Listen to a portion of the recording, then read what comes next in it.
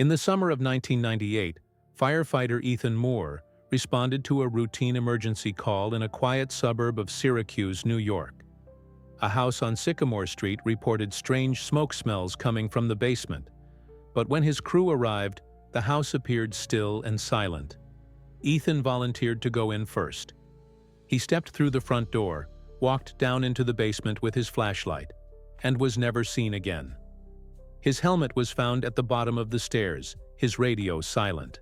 No sign of a struggle, no fire, no trace of where he went. Just gone. Vanished. Where are you hearing this story from? Drop your city and country in the comments. Stories like this stretch farther than anyone imagines. His disappearance shocked the local department.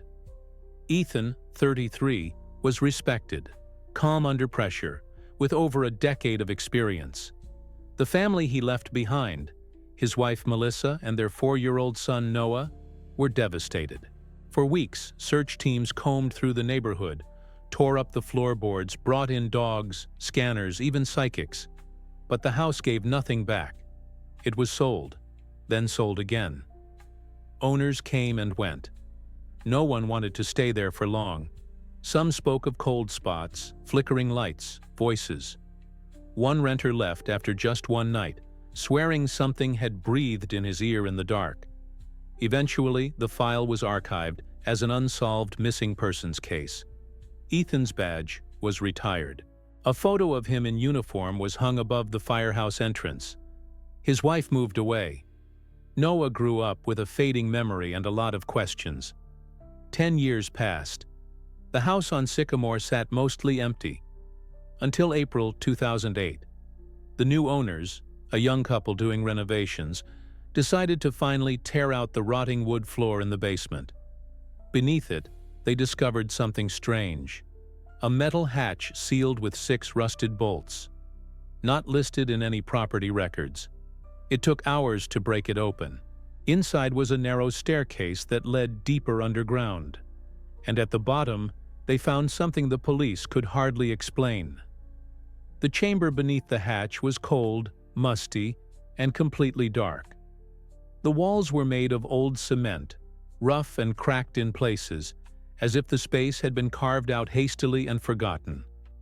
Dust clung to every surface, and the air had that sealed, untouched quality, like something had been buried. On the far wall, behind a broken pipe, was a chair, a single metal folding chair bolted to the floor. Lying next to it was a firefighter's turnout coat, half folded, and beneath it, a tarnished Syracuse Fire Department badge, 4447, Ethan Moore's. Police and forensic teams flooded the scene within hours. The uniform matched Ethan's size. His initials were written in faded Sharpie on the coat's inside tag. But there was more. Nearby, tucked behind a loose concrete slab, investigators found a rusted lunchbox. Inside was a cassette recorder along with several tapes labeled by hand. 6498, basement, 6798, voice, do not listen, 712. Experts hesitated before playing them. The audio was degraded but intact. On the first tape, Ethan's voice could be heard, frantic but composed. I'm in some kind of room, no light, no exit. I came down and the stairs, they were gone, like the house swallowed them. Click, static. Then a whisper, a sound barely human. Then Ethan again. I hear it at night. It taps the walls. Sometimes it says my name. The second tape was worse. It was filled with silence, except for something breathing. Labored, inhuman, shifting from one side of the audio to the other, as if it moved in circles around the recorder. Then came a single sentence, in Ethan's voice. It doesn't want me to leave. Police were stunned. How could a man disappear in a space like this, mere feet from the home's foundation, and not be found in a decade? Why had the hatch been sealed from the outside, bolted shut with care? And most terrifying, who had written, "Do not listen," on that final tape? The answer would come soon. But when that third cassette was finally played, several officers left the room. One refused to return. The third tape began with silence. For nearly 20 seconds, there was nothing. No breathing, no static. Just the eerie hum of worn magnetic tape turning. Then came a click. A voice emerged, but it wasn't Ethan Moore's. This one was deeper, warped by distortion, whispering in fragmented thoughts. It didn't speak in complete sentences, but rather in chilling fragments, as if something non-human were trying to mimic speech. He stays, because we remember. Memory makes it real. No door, if no one knocks. Then Ethan's voice returned, hoarse and exhausted, recorded under strain. I don't know how long I've been down here. Days? Weeks? There's no more time. It comes when I try to sleep. It knows when I think about leaving. A pause. I think I died, but I never left. That was the final clear statement on the tape. What followed was a disorienting stretch of noises, scraping metal, guttural murmurs, creaking sounds without origin. At one point, investigators noted what resembled reversed crying, sobbing that played backward, followed by the sound of something shifting slowly across concrete. The tape was sealed into evidence and never made public. Official documentation simply labeled its contents as unintelligible. But those present during the playback reacted strongly. Several officers left the room visibly disturbed. One later claimed to hear Ethan's voice whispering through his car radio at night. Another resigned from the force 2 days later without explanation. The basement chamber was resealed, this time under police supervision, and the house was quietly marked as uninhabitable. The owners moved out that same week. In the years since, the property has changed hands multiple times. None stayed long. Neighbors occasionally report cold drafts from the ground, whispering beneath the floorboards, or light flickering in the basement window when the house stands empty. Ethan Moore remains officially listed as a missing person. His coat, badge, and the tapes are stored in a locked evidence vault marked Swear Moore Vault. The final note on the case file reads only, "If the room is found again, do not open it alone." Years passed, but Ethan Moore's story never truly faded. It became something passed quietly between rookie firefighters and veteran officers, spoken about in late-night shifts, always with lowered voices. Among local departments, the case was known as the basement call. Recruits were warned never to enter a scene alone, no matter how routine it seemed. But beyond the whispers, something else began to emerge: patterns. In 2011, a similar case was logged just outside Albany. A volunteer firefighter reported missing after responding to smoke complaints in a condemned building. No fire was ever found. His body was never recovered, and at the scene, police found a single object lying on the ground: a badge. Number scratched off. Belt clip snapped, just like Ethan's. Investigators who had worked the Moore case were called in to consult. The similarities were too specific to ignore. False emergency calls, reports of smoke with no source, signs of something hidden underground. A new task force was assembled quietly, this time operating off the record. They dubbed the project Black Hatch. Shy, using archived emergency call data, they mapped every incident involving missing responders under similar conditions from the past 3 decades. What they found disturbed even the most skeptical.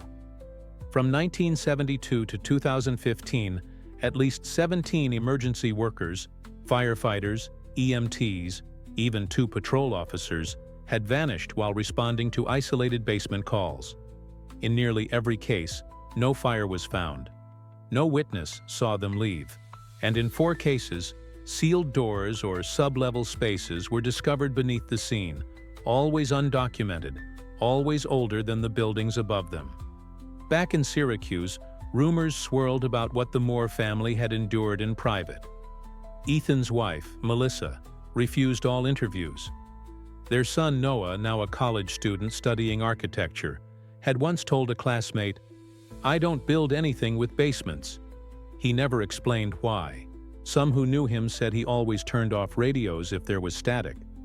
Others said he'd walk out of rooms if someone said his father's name.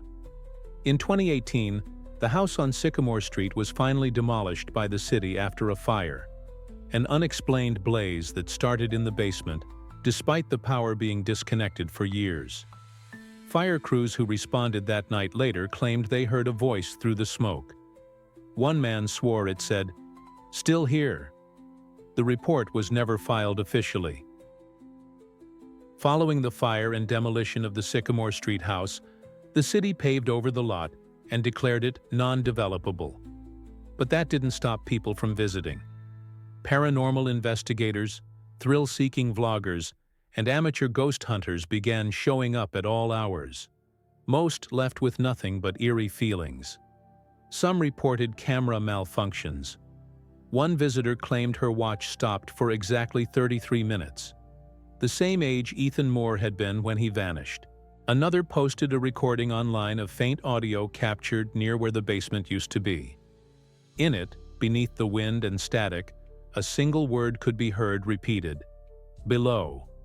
Authorities dismissed the clip as fabricated. Still, in 2021, a groundskeeper reported something unusual while clearing brush from the edges of the lot. His shovel struck metal. Beneath the soil, workers uncovered what appeared to be the top of a secondary hatch, sealed tightly and unmarked. This one wasn't under the house. It was several yards away, hidden under decades of dirt and roots. The hatch was sent to a forensic lab before being opened. It was older than expected. Cold War-era design, not local manufacture. When finally unsealed, it revealed a narrow shaft descending into earth. No stairs, just a metal ladder, rusted and wet.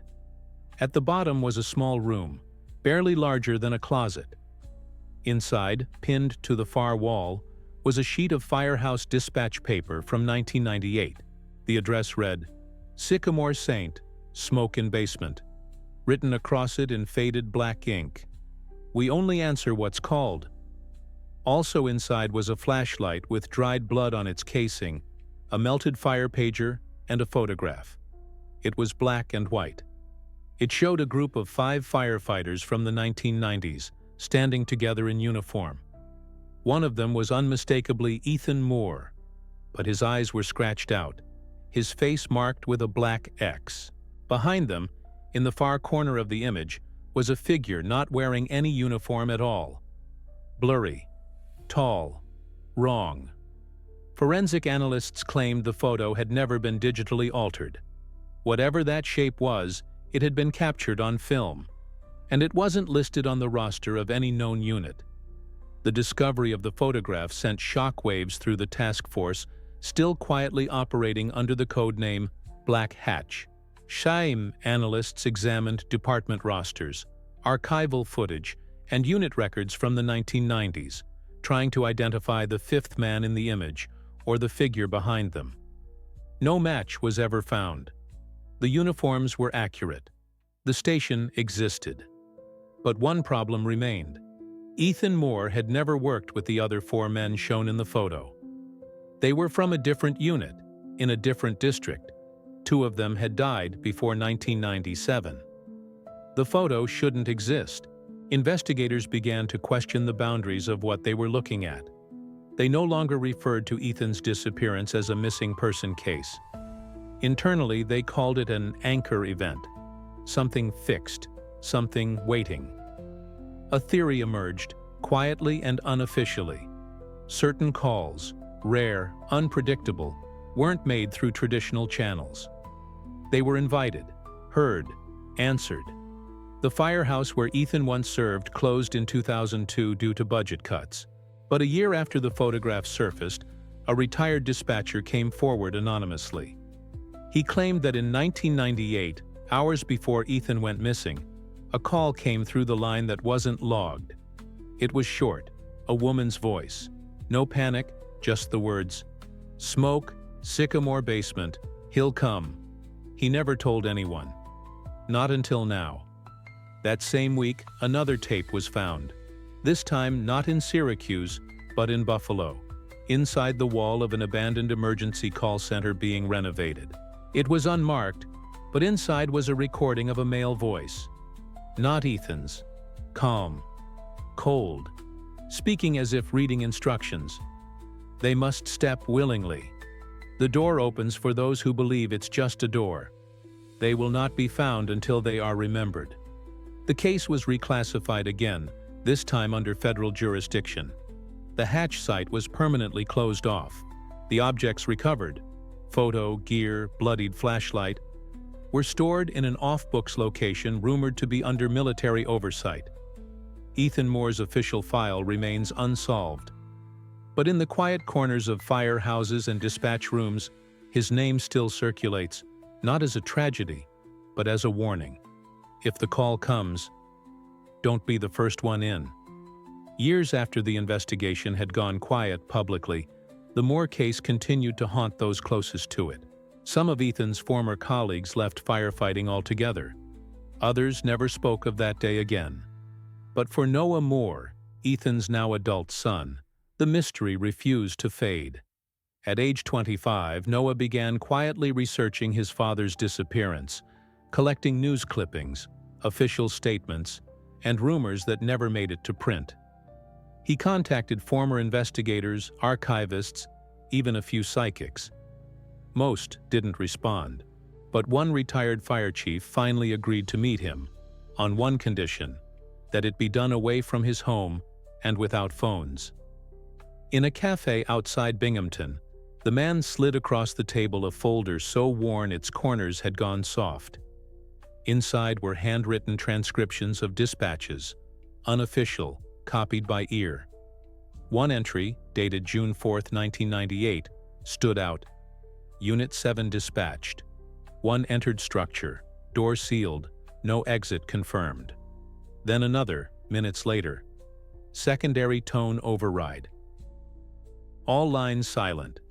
The chief explained that certain tones, barely perceptible, had been reported only during a handful of calls, like a second signal hiding beneath the surface of regular emergency radio. A sort of audio key. According to him, it wasn't from the department. It didn't come from any known origin. Back in Syracuse, Noah revisited the old firehouse, now boarded up. While photographing the exterior, he noticed something odd. Etched faintly into the brick near the bay doors were 3 digits, 447, his father's badge number. But the department never engraved badge numbers on exterior structures. Curious, he returned at night with a flashlight and scanned the area more thoroughly. Behind a loose brick, he found a small cavity containing a plastic evidence bag. Inside was a charred page from a fire incident log, partially legible. At the top, Sierra 447, status, Echo. Echo, he would later learn, is a code rarely used, indicating a unit no longer in contact, presumed lost or unresponsive, but not yet confirmed deceased. Noah didn't tell the authorities. He kept the page, scanned it, studied it. But he began noticing strange things, his phone ringing with static-filled voicemails, his bedroom light flickering only at 2:13 a.m., the exact time his father's last recorded radio transmission ended. And once, as he walked past an alley near his apartment, a man in an outdated fire jacket stood at the far end and vanished when Noah called out. The man in the alley was never identified. Surveillance footage from that night captured nothing. But the incident pushed Noah deeper into his investigation and deeper into obsession. He stopped answering calls from friends, dropped out of grad school. His apartment soon filled with floor-to-ceiling notes, maps, printed dispatch logs, and photographs with red thread connecting faces, dates, and addresses across 2 decades. He was no longer asking what happened to Ethan Moore. He was asking what Ethan had been pulled into. One rainy night, Noah returned to the Sycamore Street lot, now overgrown and fenced off. He climbed the barrier and wandered to the center of where the house once stood. The air felt wrong, heavy, still. From his backpack, he pulled out a tape recorder. Not digital, analog, the same model used in the 1998 investigation. He pressed record and whispered into the mic, "I remember, Ethan Moore. 4:47. I remember. And then he waited. For nearly 3 minutes, nothing happened. Then a gust of wind. But only at ground level. The leaves didn't move in the trees, and beneath his feet, Noah heard it. A knock, not loud, but clear, as if something below had heard him. He left without another word. The recording was later reviewed on 3 different machines. All played back the same sequence. Silence, Noah's voice, then the knock. But at the 4:12 mark, a second sound emerged. Too faint to be human. Analysts enhanced the waveform, and under layers of static, a whisper was detected. It said, "He listens through you now." That message was never shared with Noah. Weeks later, neighbors reported a figure seen kneeling in the middle of the sycamore lot in the middle of the night, staring at the ground. When approached, the figure stood, walked to the edge of the fence, and vanished from view. No footprints were found in the mud the next morning. Inside the task force, now reactivated under federal classification, debates grew intense. Some believed the signals were a form of psychological interference. Others believed something older was buried beneath these sites.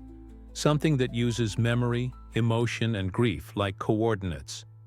But none had a way to explain the growing pattern of knockings, audio distortions, or why all recovered victims, those few believed to have escaped, refused to speak of what they saw. And in every site, beneath every sealed basement, behind every hatch, was found the same symbol, etched or burned into the wall, 447. The number had become more than just a badge. It was now a marker, an anchor point in a widening phenomenon. Specialists brought in from outside law enforcement, including linguists, cryptographers, and even folklore historians, began to weigh in. One theory suggested that 447 functioned not as identification, but as a signal trigger, a kind of mnemonic key that activated latent locations tied to some unknown event. Old fire department documents, scanned into digital archives, revealed something chilling. The same number, 447, appeared in an incident report from 1956, decades before Ethan Moore was born. That file described a similar disappearance. A firefighter lost in a collapsing tenement basement after reporting strange noises.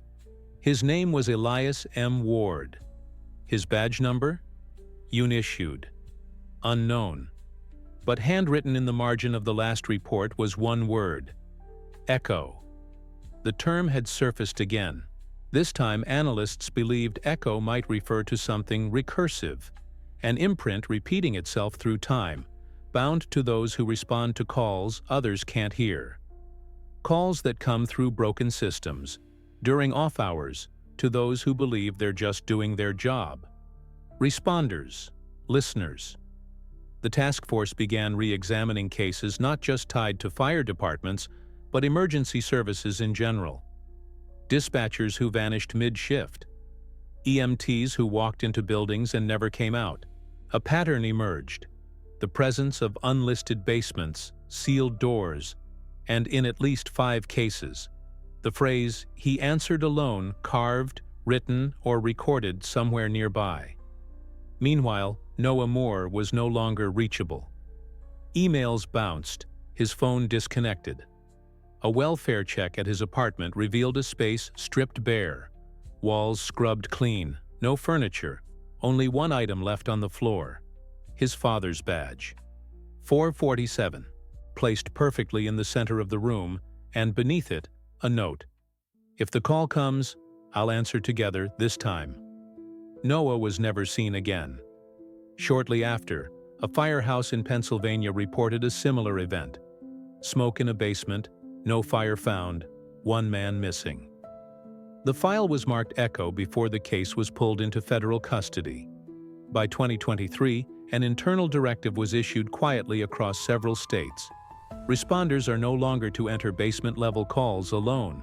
Unofficially, crews refer to this as the Moore Protocol. And still, somewhere in upstate New York, the old lot on Sycamore remains fenced, monitored, and untouched. But every now and then, rare, just once or twice a year, someone reports hearing a knock.